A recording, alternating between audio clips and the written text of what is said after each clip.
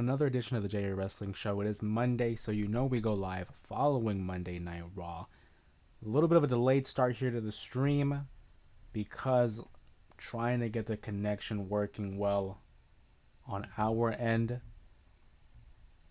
So if you're just joining us here, I appreciate you guys tuning in. Of course, after an episode of Monday Night Raw, we discuss what happened on Monday Night Raw as well as other wrestling topics. But again, bear with us here as we try to regain connection here online.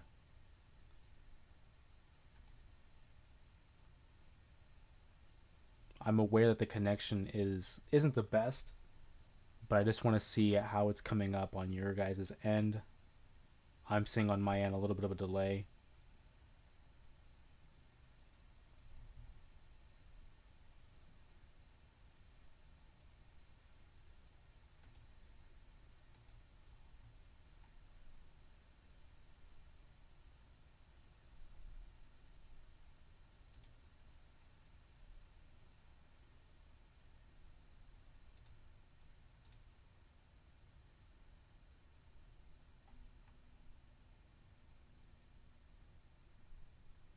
Okay, bear with us. I'm gonna put it on hold real quick.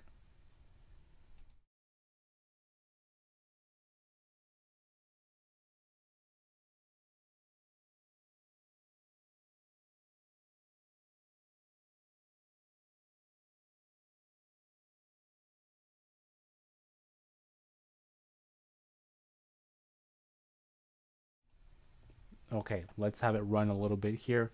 On my end, it's saying that the connection might be stable, but again, I'm gonna have it run for a little bit here, kind of talk freely and see if the connection gets a little bit better. Make sure to give me some feedback here in the chat. I would very much appreciate that if you guys could give us some feedback. Give us a thumbs up or type in the number 1 if the connection is looking a little bit better on your guys' end. If not, I'm looking at it from my perspective and it's still a little choppy.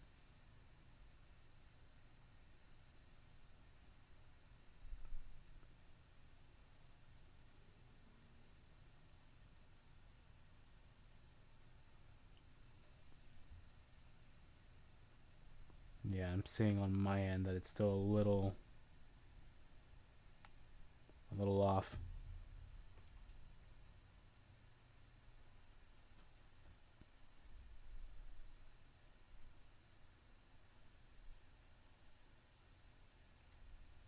The connection reads good, but I'm looking at it from my phone.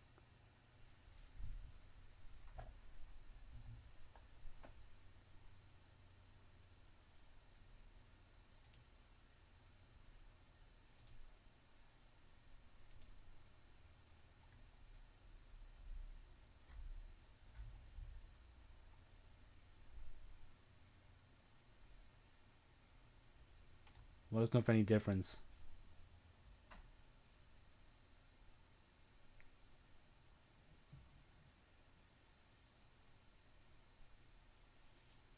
I'm getting word from San Fran.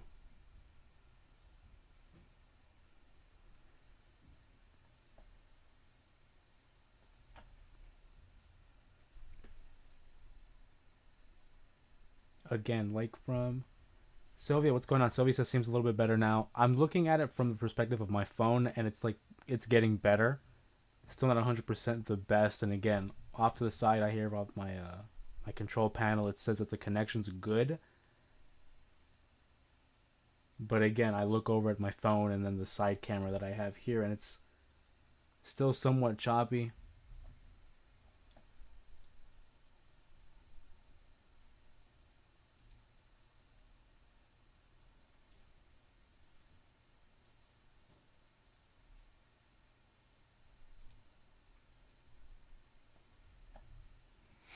I get word from Sanford, he's my tech guy, says to deactivate the camera and see if it does better.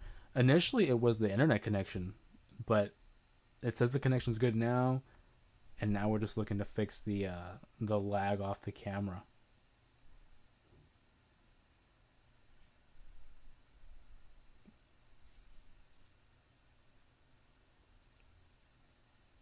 I can't tell if I'm on the delay because Sanfran's giving me a thumbs up, but again, I'm looking at it from from my phone. It's see, and it says excellent now. Let me know how it's coming out for you guys.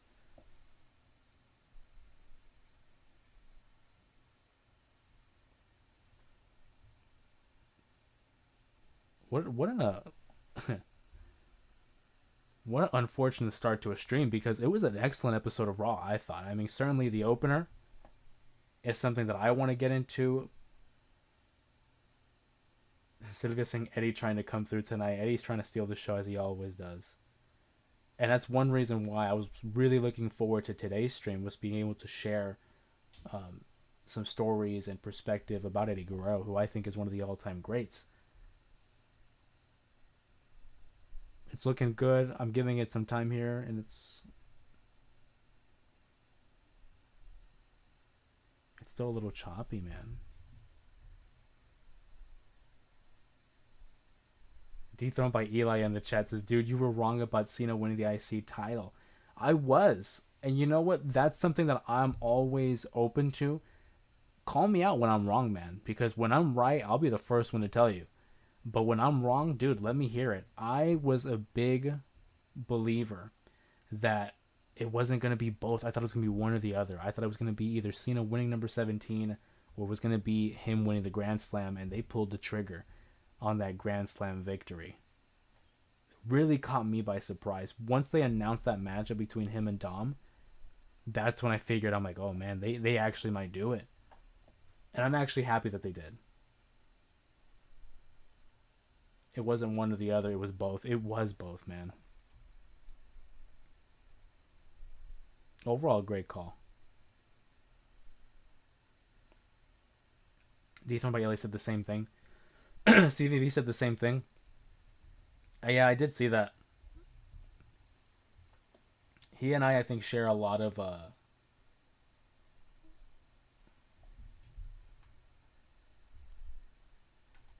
he and I share a lot of the like similar standpoints in our opinions about pro wrestling. Again, I'm looking at it from my perspective of my phone here, and it's looking better.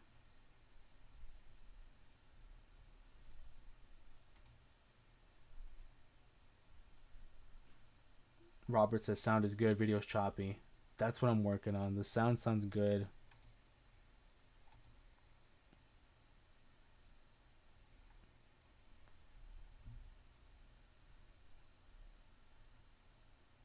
Can you imagine? That'd be hilarious, Trevor. Trevor says Seth Rollins returns with the World Heavyweight title with a giant X over it like Punk did in AEW, just to troll Punk. I kind of like it. I dig it.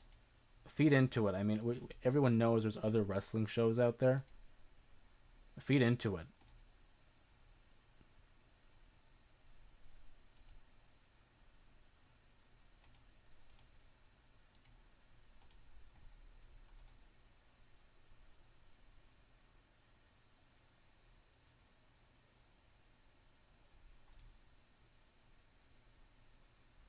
Trust me, you didn't lose connection there. I just deactivated the camera and seeing if it would.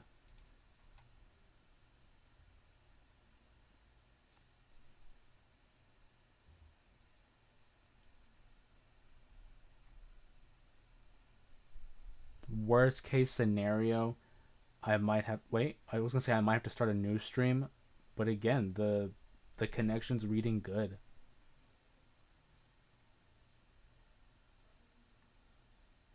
Robert says you're good now.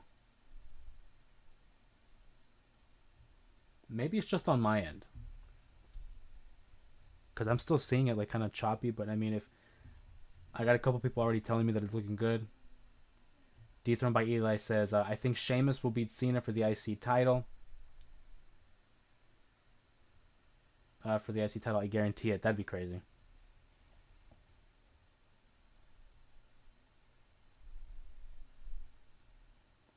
I guarantee it would be a crazy call. Okay, I'm gonna rock with this here. I think we're in a good spot. Yeah. Okay. So, welcome guys to another stream. I apologize for the inconvenience there. It took us a little bit of a slow start due to the the circumstances of the connection. As long as you guys are able to hear me, that'll work, I guess, for the time being. If not, I might have to throw up an image just to avoid the choppiness. I apologize for that. But as long as you guys are still able to hear me with the audio, we can go on with the discussion here. So, what did you guys think about this episode of Raw? For those who tuned in, obviously, the big topic at hand, I want to talk about Eddie Guerrero. Eddie Guerrero, who I think is one of the all-time greats, and I would be remiss to not talk about him.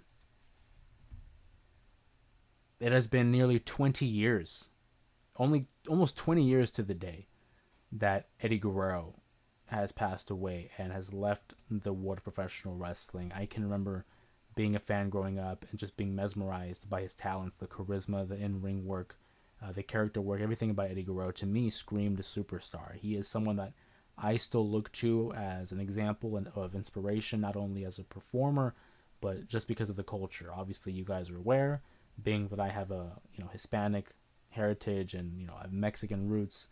Eddie Guerrero, very much. He, along with Rey Mysterio, were very big proponents of my upbringing, and watching him in the ring on the microphone, it was always just a genuine pleasure to see him lock up with some of the greats like Rey Mysterio, Kurt Angle, Chris Benoit, so many names that I can throw out there. And just growing up as a fan, and I always tell this story, but I was like 7 years old when news broke that Eddie had passed away, and I'll never forget that feeling, this cloudiness, this pressure that fell over my shoulders as I found out that Eddie Guerrero was no longer with us. It didn't make sense to me. It was one of the first instances that it clicked in my mind that these are actual people outside of what I see on TV.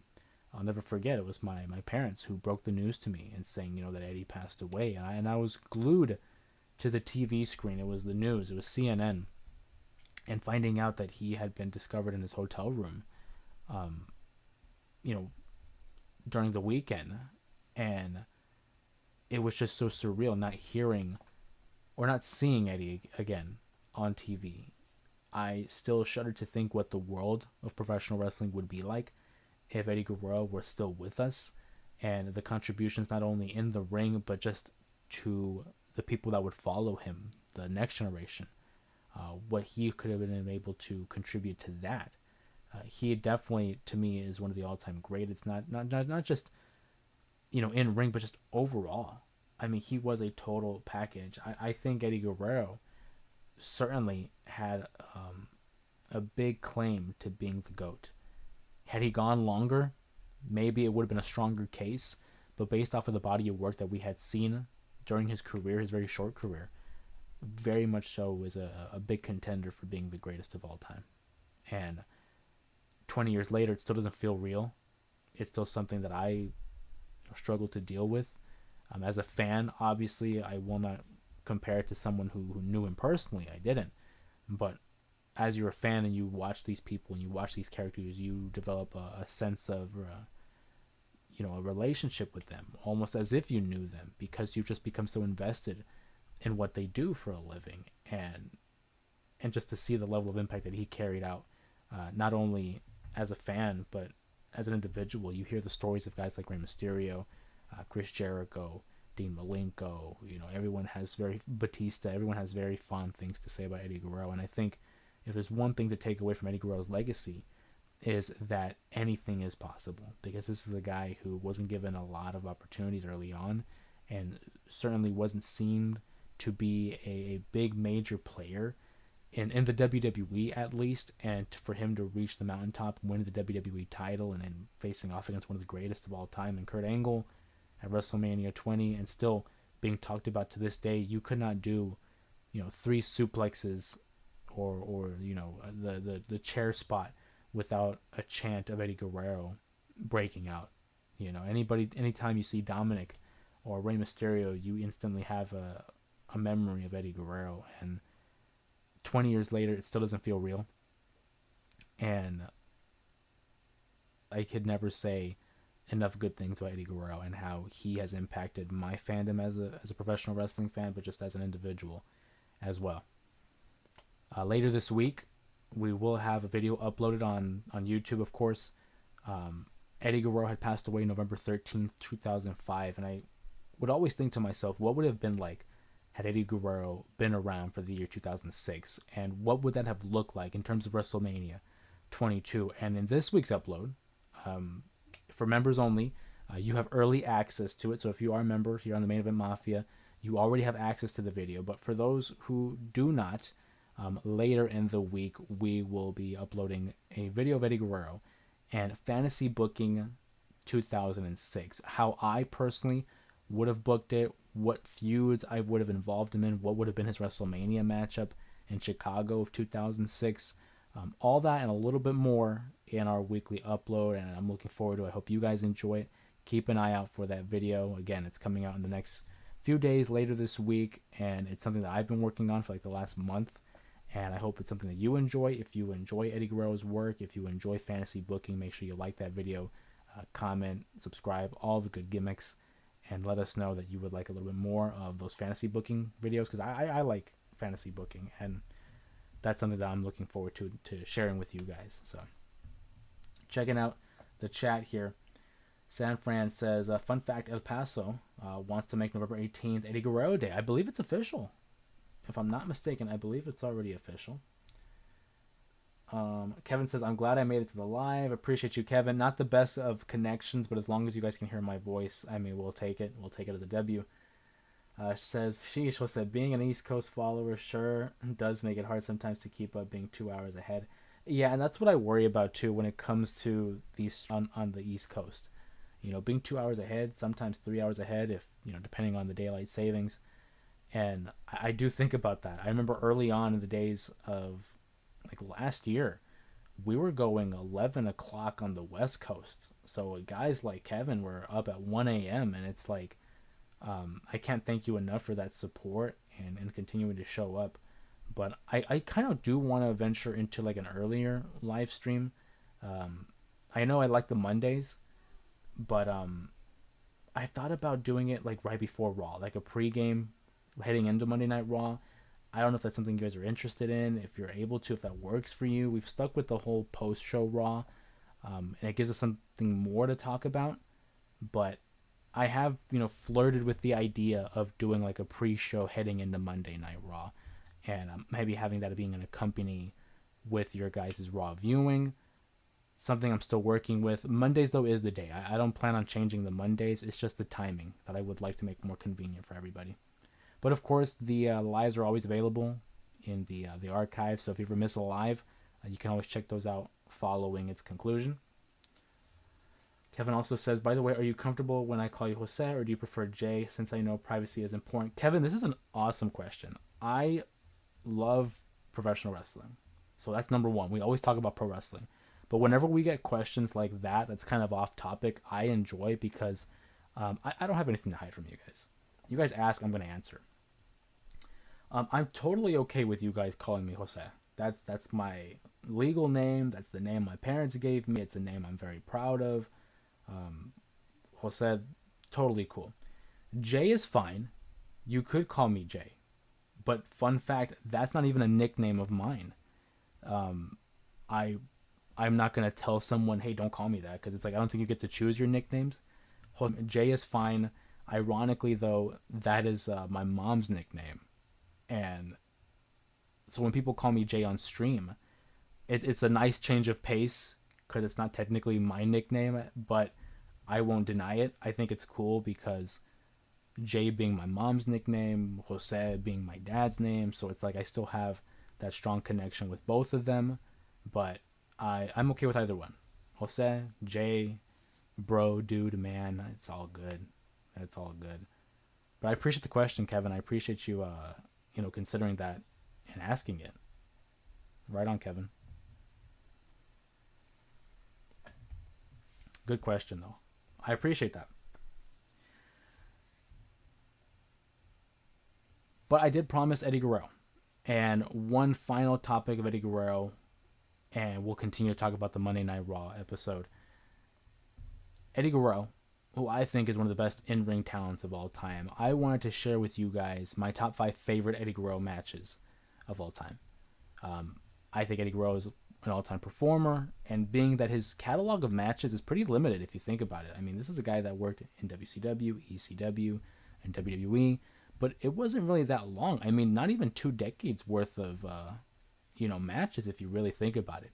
But wanted to share that with you guys. At number 5, I have the Survivor Series 2002. It was a triple threat elimination tag team matchup that saw the SmackDown 6 do battle for the WWE Tag Team Championships. It was Los Guerreros, Eddie Guerrero and Chavo versus Rey Mysterio and Edge, and Kurt Angle and Chris Benoit. These guys, I mean, all 6 of them carried the load for a big portion of those early episodes of Friday or Thursday night SmackDown, if you will.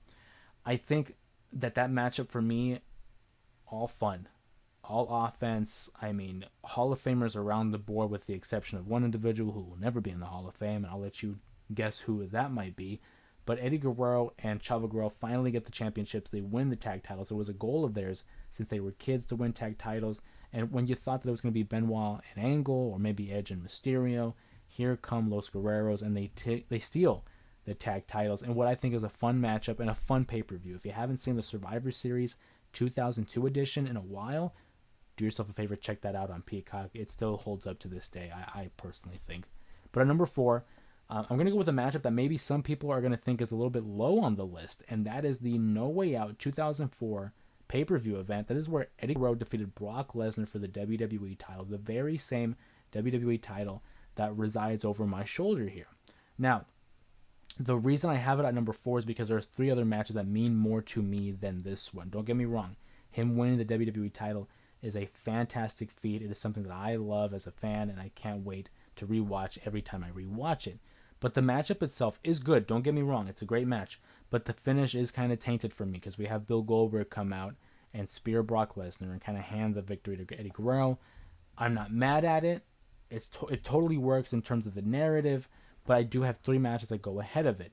For the moment that it is, him winning the WWE title, that could easily be number 1, for sure. Maybe number 2 once you see my number 1. But for me, it is number 4. You guys might disagree, and it's perfectly fine. At number 3, I have the WrestleMania 20 match, Eddie Guerrero and Kurt Angle as he defended the WWE Championship on pay-per-view for the first time. This, to me, is a fantastic matchup. It is a great defense for Eddie Guerrero, and I love the story that they tell of Kurt Angle going after the ankle of Eddie. And Eddie outsmarting Kurt Angle by loosening up the boot and kind of rolling through and allowing Kurt Angle to lose grip, and not even lose grip, but just have a full grip on the boot, and the boot comes off of Eddie Guerrero, and he outsmarts him, and you see this moment of Angle just confused, like, what the hell, and he goes over to Eddie Guerrero, and he rolls him up, in a small package, and he gets the victory. He steals the win, a creative finish, and just a great showcase of both individuals. I really love that WrestleMania 20 matchup. I do have a number 2. It'll be WrestleMania 21, Rey Mysterio versus Eddie Guerrero, which I think is one of the greatest opening pay-per-view matches in WrestleMania history. I think you could put it up there with the likes of WrestleMania 10. I think you could put it up there with the likes of WrestleMania 30. I do think that Eddie versus Rey have never had a bad match. Those two have never had a bad match. I love this matchup. I had it on repeat in the summer of 2005 when I bought WrestleMania 21 on DVD, way back when it was the first ever wrestling pay-per-view DVD that I had purchased, and I had that like on repeat. I know the match by like the back of my hand, and I love that matchup. But it's number 2 for a reason, because at number 1, it is one of my favorite matches of all time. In fact, it's my top 3 matches of all time. Halloween Havoc 97, Eddie versus Rey, mask versus title. It's like the perfect matchup. If anyone asked me, hey, I'm looking like I want to watch a Rey match or an Eddie match, what do you recommend? This is the matchup. They were so innovative, whether it was the springboard DDT that Rey Mysterio hit, whether it was the plancha outside, whether it was Eddie hitting those vicious backbreakers, ripping up the mask, the Phantom mask, the iconic purple Phantom mask of Rey Mysterio. It is like the perfect, cruiserweight matchup from WCW Nitro. Of course, it took place during Halloween Havoc, and you guys know me, I'm a big Halloween fan, so combining wrestling with Halloween, it's a match made in heaven for me. It's number 1 on my list. I would love to hear from you guys in the chat as to what you enjoy about Eddie Guerrero's career, what is your number 1 favorite matchup of his, and what do you think about my list.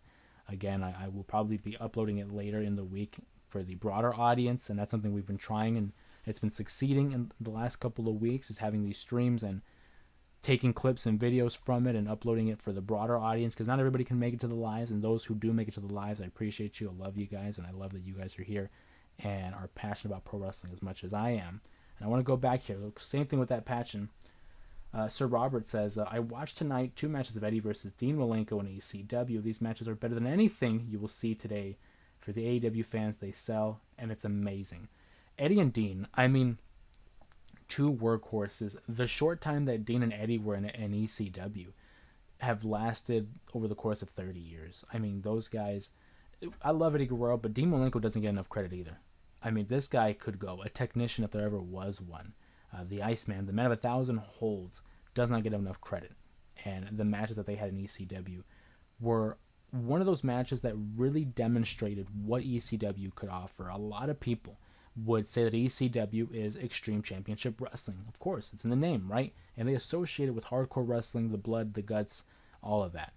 But there was also a mix of technicians. There was a mix of lucha libre. There was a little bit of everything that allowed ECW to be just this alternative to Nitro and Monday Night Raw. Dean Malenko and Eddie Guerrero had some great men, Robert, about watching them. I appreciate that, as always. Dion says, bro, WWE is ass right now. It's okay. I'm not going to pretend like it's the best it's been. I still think that run from 23 to 24, that was peak. 25 as a year has been hit or miss. There's been good stuff, but there's also been a lot of, mid stuff. So I won't argue there, Dion. Also says Mad Dom lost the title. Like, what are we doing? I mean, come on. It's Cena's last run. They wanted to get this big moment in front of his hometown. I'm not mad at it. He's a Grand Slam champion. I'll get more into that in a second here, but I'm not mad at it. And Dom's going to win it back eventually. Dion also says, I don't care if it's Cena. I don't care if it's his hometown. I don't care if it's his retirement tour. I don't care if he is a face or a heel. Dom should have held it till at least next summer or WrestleMania 43. What is the WWE doing? Like what? Cena's going out without being a Grand Slam champion. It would have been okay. It wasn't needed at all. He's already done everything besides that, but he didn't need a Grand Slam to cement his legacy. You're not wrong. We talked about it at the top of the stream. I thought they was going to go one of 2 ways. Either we give him the 17-time championship record, or we go the Grand Slam. So once they gave him that opportunity to win number 17, I thought, okay, for sure, we're not winning that IC title. And then they did it anyway. And it's like, man, it was cool, though. I mean, take it away from being like an analyst and being critical of professional wrestling, because that's what we do. We hold it to its standards, and we try to be critical. We also try to be positive when we can. And I thought it was a great moment. I thought it got Dominic a lot of heat. Cena gets the big pop. It was cool. And like, Dom's going to win it back. So yeah, you could argue, hey, they shouldn't have had him drop the title just to win it back. But it's like, people talk about the Attitude Era in such high regard. That's all they ever did in the Attitude Era. They were dropping titles like every other week, dude. And people love the Attitude Era. So I'm not too mad at it. But I appreciate the feedback there, Dion. Since we're on the topic of it, let's talk about it. John Cena wins the Intercontinental Championship for the very first time in his WWE career, cementing himself as a Grand Slam champion for the first time in his career. For the only time in his career, he is a Grand Slam champion, defeating Dominic Mysterio in a fun impromptu matchup to open up Monday Night Raw in front of his hometown crowd in Boston, the TD Garden. John Cena, man, wow. We're still talking about him 25 years into his career, and he's rightfully so as the GOAT. He beats Dominic Mysterio. The argument has been made that he doesn't need the Grand Slam Championship. He has the number 17 record, doesn't need the Grand Slam Championship. But you know what? Why not? He's the GOAT. It's okay. I'm totally fine with it. I am happy for John. I think it was a great opportunity for Dominic to be in the ring with someone like John Cena. And I don't know. You're not going to hear me complain too much about John right now, especially the way they had booked him during his heel run.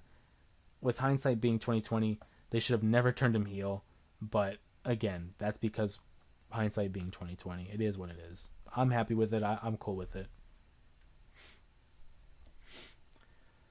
Dion also goes on to say, sometimes not having all the accolades is a good thing, if that makes sense. You're not wrong. I mean, he already broke Rick's record. What more does he need? Is he already goated without the win, or what the hell? Yeah. I mean, these are solid points. These are solid points by Dion. Like, I can't even argue against it. Like, I totally agree with you. It makes sense. But I'm just gonna enjoy it for the ride. Dion says I'm with Drew. Ruthless depression. That's hilarious. Kevin says, "Wait, isn't Cena the WWE champion? So is he the double champion?" No, actually, Cena lost the title at SummerSlam. Cena hasn't been the WWE champion since SummerSlam. He dropped that title to Cody. Um, Cena's now the IC champion. They had a little backstage segment where Cody and Cena, acknowledged each other there for a moment, champ and champ. They had a nice little stare down, a sign of respect, a handshake, a dap up. Um, cool moment there for Cody and Cena. Cody got a little bit of booze there. I don't know if you caught that, but Cody got a little bit of booze, obviously in Boston. But then once Cody came out in front of the crowd in the ring, the crowd cheered his name. They sung his song. So I guess just him against Cena, they're going to align one way over the other, is what it seemed like.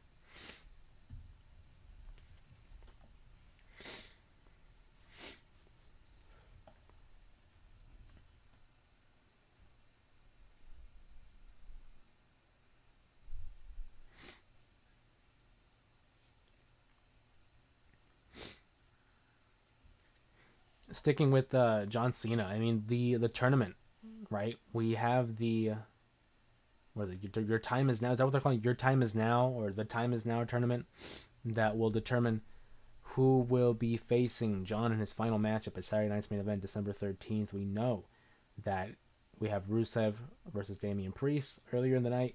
We also had Sheamus against Nakamura, and both individuals that had advanced in the tournament have a history with John Cena. Let's start with Rusev. Rusev having feuded with John Cena in 2015 for the U.S. title. They had matches at Fastlane. They had matches at Extreme Rules, and of course WrestleMania 31, where John Cena would defeat Rusev for the U.S. title and unveil his springboard stunner, if you remember that, for the first time.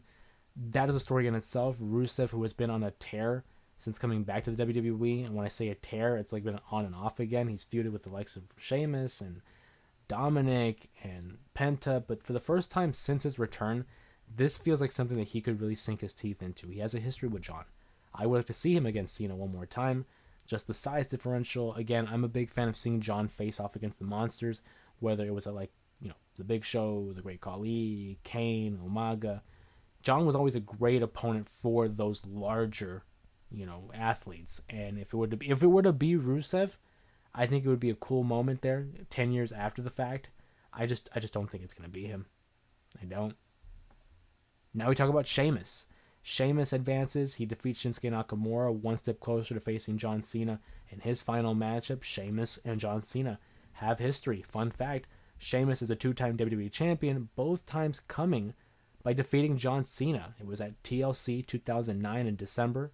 He defeated John Cena in a tables match, and then at Fatal 4-Way in June of 2010, he had also won the WWE Championship. Again, John Cena was the champion at that point.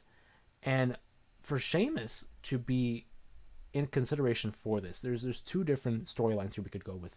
Sheamus has John Cena's number. Again, having defeated him twice for the WWE title, they have a history, but also he's never won the IC title. And now John Cena is the Intercontinental Champion. Is there a universe where John Cena puts over Sheamus in his final matchup and also crowns him the IC champion and therefore crowns him a Grand Slam champion? It is a possibility.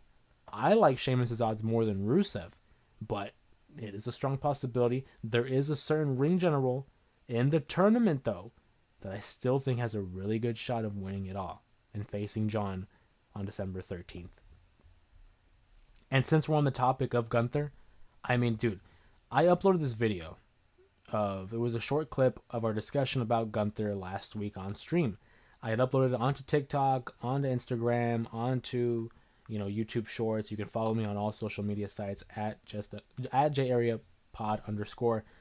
And I gotta say, the people on TikTok are so anti-Gunther, and I was surprised by it. I'm a big Gunther fan myself, and to hear, the response that people had for my take on Gunther being the winner of the tournament. People were saying, you don't know what you're talking about. It shouldn't be Gunther. Gunther's boring. He's not good in the ring. There's no history between he and John Cena. And it's like, I was dumbfounded. I really was, that so many people were anti-Gunther.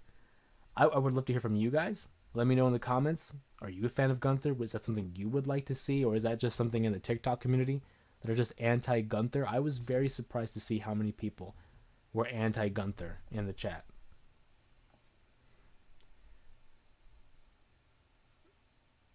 Dion says, so let me guess, Sheamus gets the Grand Slam crown next. I don't think it's next. If he wins the tournament, he could be, but I don't think he's winning the tournament. Should have been at least Sheamus, but you give it to freaking Cena. Like, I would rather Dom blast Cena with a chair as a result of DQ to protect both wrestlers. Dom beats all these larger-than-life superstars, AJ, Rusev, Penta, via cheating, but when it comes to Cena, the cheating antics don't prevail. Bad writing, good booking is okay. I'm going to stop you there, Dion. You said bad writing and good booking, but I'm just pissed. I was pissed then. Here's the thing. The way Dominic beat AJ and Penta and Rusev, yes, he cheated. Of course. That's what Dominic does. When you have someone like John Cena who faced off against the original cheater, Eddie Guerrero. When you have John Cena, who's a 25-year veteran, yes, I know AJ is just as much of a veteran. You don't think Cena is prepared for that? I mean, you saw the way he reacted to when Dominic had the chair. He just fell down himself. One, because he probably just knows wrestling, but also because of the fact that he faced Eddie Guerrero. He faced the originator. So, is it bad booking? I think it makes Cena look smart. If Cena's supposed to be the greatest of all time, you don't think that he's well prepared for that? And are we not remembering Super Cena? This matchup was Super Cena at its finest. He even alluded to it at the beginning. He said, I am invincible. He says, he did the whole fine speech thing, where if you know when John Cena says fine speech, he's going to eviscerate someone on the microphone. So, honestly, I agree with you in that regard. WWE is really on life support. That's ludicrous. That is ludicrous. That is a ludicrous statement to say they're on life support just because someone doesn't like their booking. And don't get me wrong, I wasn't a fan of his heel run. I'm not going to pretend like the WWE is perfect. It's not. It's not perfect by no means. Look at what they're doing with Drew and the heel run of Cena. I have my opinions on those. But to say they're on life support is comical. That's funny. Kevin says, huge fan of Gunther. He has it all for heel work. That's what I'm saying. Dion says, no, that's just TikTok. I can't never go against my ring general. Agreed. See, Dion, Kevin, you guys know. I was so surprised that so many people were like, he's boring. He's not good. It's like, really? Like, are you crazy? His matchup against Javon Evans next week, I'm looking forward to that. Because I think Javon and Gunther, that's a styles clash like that works for me. Oh, man, I'm looking forward to that one. Gunther and Javon Evans next week, man. In Madison Square Garden? The Mecca? Sign me up. Robert says, what do you think of the pic of Punk, Cody, Ricky, and Jade, all champs? I love that picture. That's so cool to have all the new champions together. But people are like, oh, it's a subtle jab at AEW. Now, whether or not it is, which, I mean, come on, it is.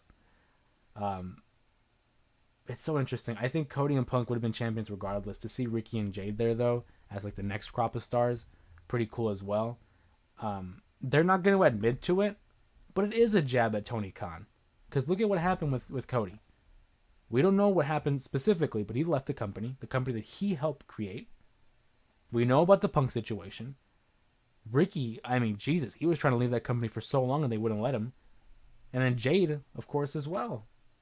It was a jab at them, for sure. And anyone that tells you it wasn't, they're silly.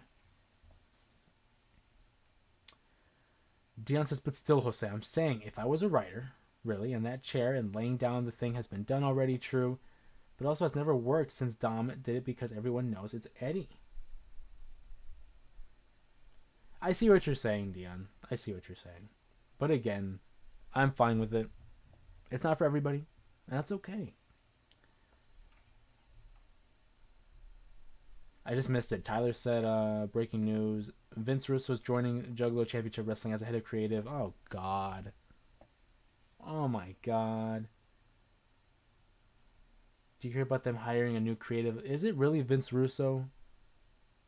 Oh, that's terrible. I'm not a fan of Vince Russo.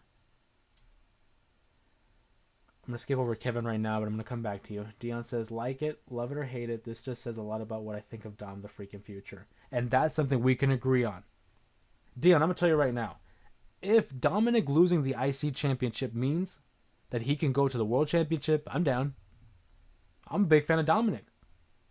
I would hate to see him beat Punk because Punk is my guy. But if him losing the IC title means, hey, we're going straight to the moon, I'm down.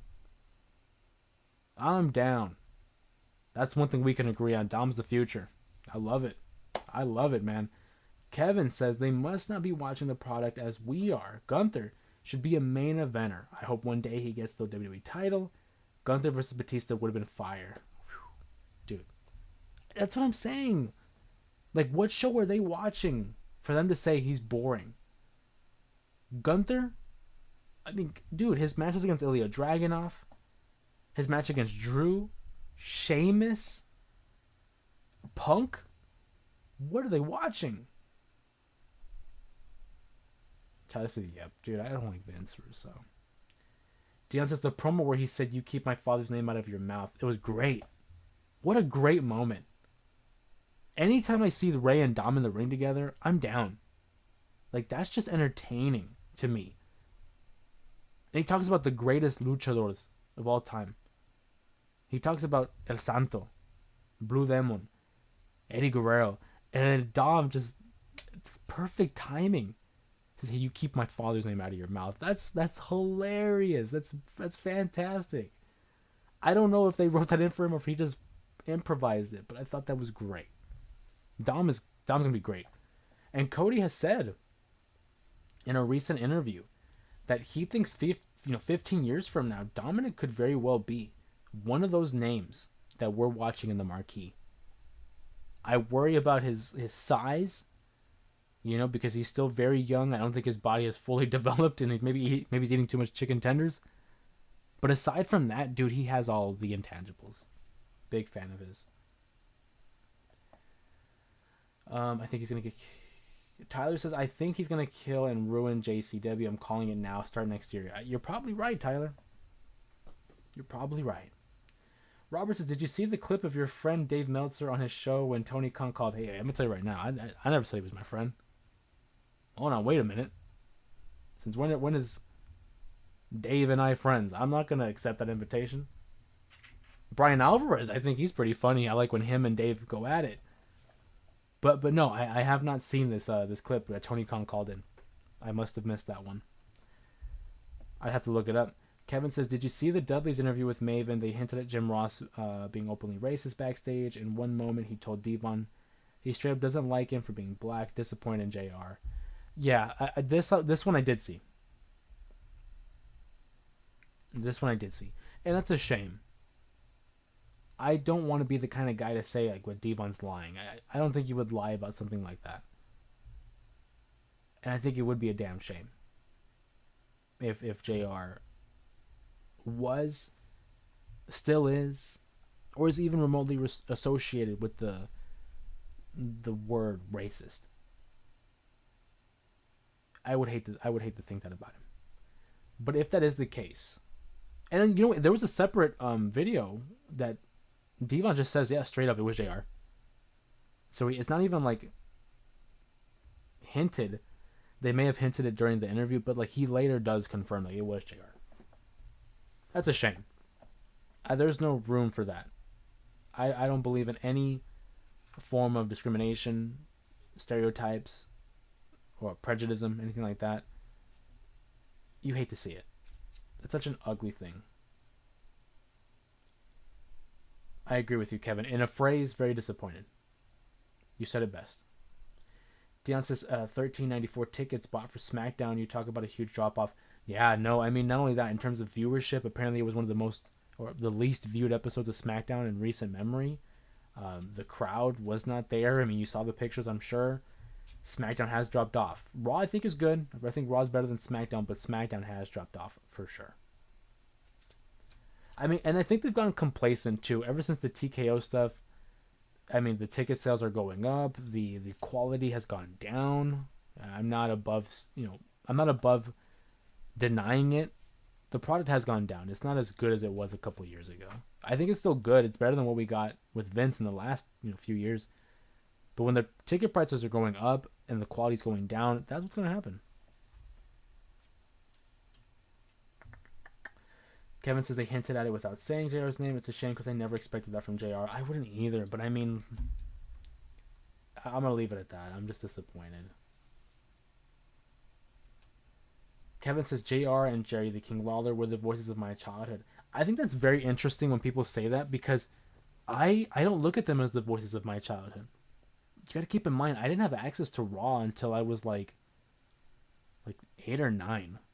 So from as a kid to those ages, the voices of my childhood were Taz and Michael Cole.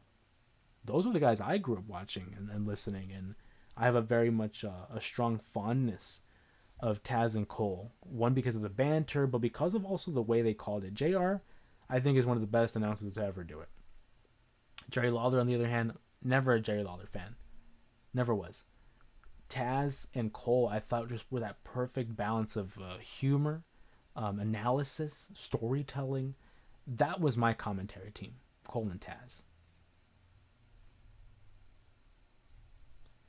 Kevin says WWE will outlive us all. Let's be real.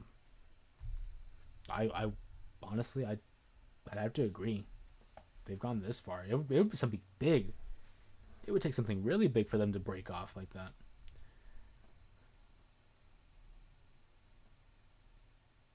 Jey Uso needs to go back to the mid-card division. Dion, I think he's going to go back in the near future. I'm not saying he's going to be in purgatory there, but I just think he's probably just going to get caught back in the IC title reign. I don't see him being in the World Championship run for a long time. JBL was goated. On commentary, I love JBL as a heel. I mean, as a kid growing up, I hated JBL, but he was that good. So as I grew up to be older, looking back, I'm like, no, dude, this JBL guy was great. Dion says the fans are tired of him in the main event spot, hence the name main event. Jey Uso gotta go or put him back as a tag team guy. Here's the thing, Dion. You say that people are tired of him, but the crowd in the audiences, it doesn't show that. It doesn't show that. They still are yeeting. They still are, cheering him. The only times they haven't cheered him, I will say, has been recently with Punk. In that Punk matchup, it was 50-50. But for the most part, the crowd is still cheering for Jey. It's the online community that really has that criticism for him, whether valid or not. But they're going to keep Jey in that spot for a while. Not all the time. I think he will fall back to the IC title, but it's still 50-50. Tag team guy, I don't know. I think they'll reserve it for reunions between him and Jimmy.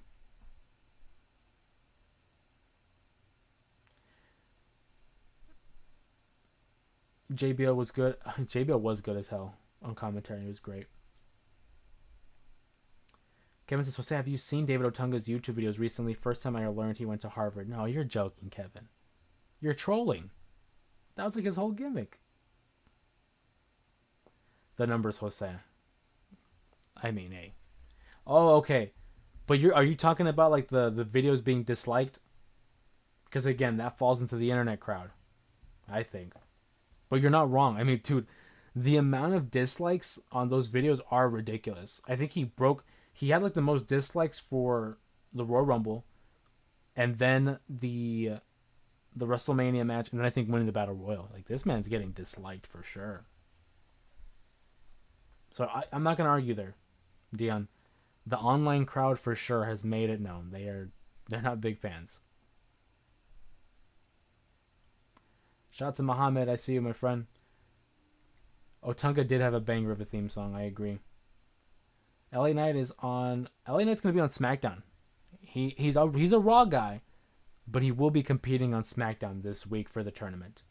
And there, Dion mentions the dislikes. Where's Jackie Redmond? I don't know. I didn't see her. I actually like Corey Graves on commentary as well. I believe him and Cole is a good... I agree, Dion. I think Corey Graves is great in his role as a commentator. It's a shame that the injuries and the concussions prevented him from his in-ring career, but he transitioned really well into commentary, and I do agree. Him and Cole, that's a good team. I really appreciate that team. It reminds me of like Cole and Taz. You know, I know Taz has his own personality in comparison to Corey Graves, but that balance of humor and analysis, it's very much like what Corey and Cole have in comparison to Taz and Cole. So I agree with you. Absolutely. Dion says, I think your phone's breaking up, Jose. Yeah, I know. I'm starting to see it. I think my connection's not the best right now. There were a couple of other things I wanted to talk about on stream that I'll probably save for some clips and shorts throughout the week. But I think, unfortunately, due to the connection of the stream, I might have to start calling it here. We had a good discussion about Eddie Guerrero, John Cena, a lot of Jey Uso talk here as well. But I think we're going to have to close it down here, guys, unfortunately. I want to try to get as much of a conversation as much as I could, given the connection here with the internet. But I want to appreciate you guys and show my thanks for you guys, of course, tuning in to another stream. Unfortunately, not the best stream, and I am not above any criticism. I always appreciate the feedback from you guys. So we'll try to get that fixed up for next Monday, for next stream. In the meantime, as I said, later in the week, we will have our video about Eddie Guerrero and how I would book his 2006. Make sure you guys check out that video as well. Tyler says that do you stream tomorrow or Thursday? I will not. I will be streaming on Mondays, just to balance out work as well as trying to get the videos going. The streams have been popular, but I'm going to go with Mondays. Dion says, I think it was my connection. No, Dion, I think it was me, honestly, buddy. I appreciate it, though. But I do think it was me. It's always a pleasure, Dion. Great conversation. You and I are going to have to disagree on the John Cena win, but I'm glad that we both agree that Dominic Mysterio is the future. So the next time I'll go live will be on Monday. Make sure you guys check that out. And, of course, all love. I appreciate you guys. Thank you for tuning in for another stream. We'll try to get a better connection for next Monday. In the meantime, hopefully you guys have a great week. Enjoy your weekend. Enjoy your week. We'll see you back on Monday for another edition of the J Area Wrestling Show. Everyone take care. Be safe.